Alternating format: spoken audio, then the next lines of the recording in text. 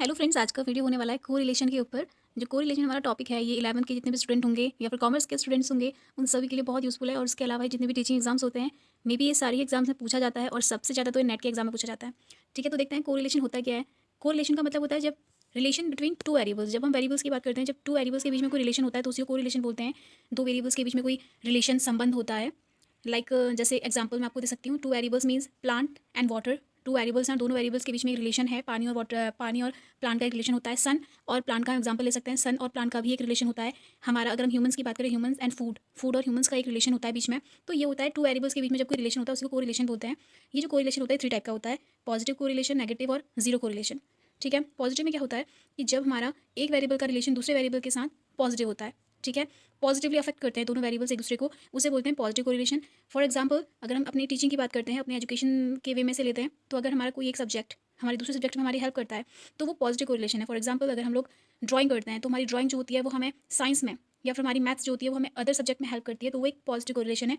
और अगर हम देखते हैं नेगेटिव में, जब हमारा कोई एक सब्जेक्ट दूसरे सब्जेक्ट में एक नेगेटिव इफेक्ट डालता है, जैसे फॉर एग्जांपल मेरी कैलकुलेशन बहुत अच्छी है और मेरी कैलकुलेशन तो बहुत अच्छी है लेकिन मेरी राइटिंग अच्छी नहीं है। ठीक है, तो मैथ्स में मैं बहुत अच्छी हूँ, बट मैथ्स मेरी राइटिंग को इंप्रूव नहीं करती है, तो कहीं ना कहीं मेरी राइटिंग उतनी अच्छी नहीं हो पाती है, मेरा राइटिंग वाला पार्ट उतना अच्छा नहीं है।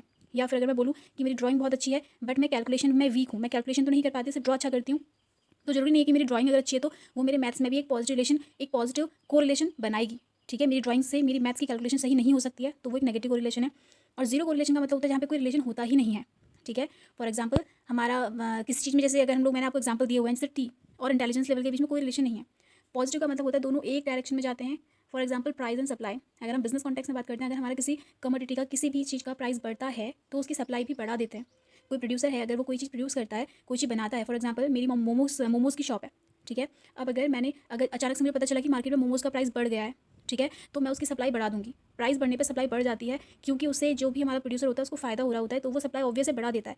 ठीक है, फॉर गेनिंग प्रॉफिट। नेगेटिव में क्या होता है, एक चीज़ ऊपर जाती है तो दूसरी चीज़ नीचे आ जाती है। फॉर एग्जाम्पल, प्राइस अगर ऊपर जाएगा, प्राइस इंक्रीज होगा, तो ऑब्वियस है कि लोग डिमांड कम कर देंगे।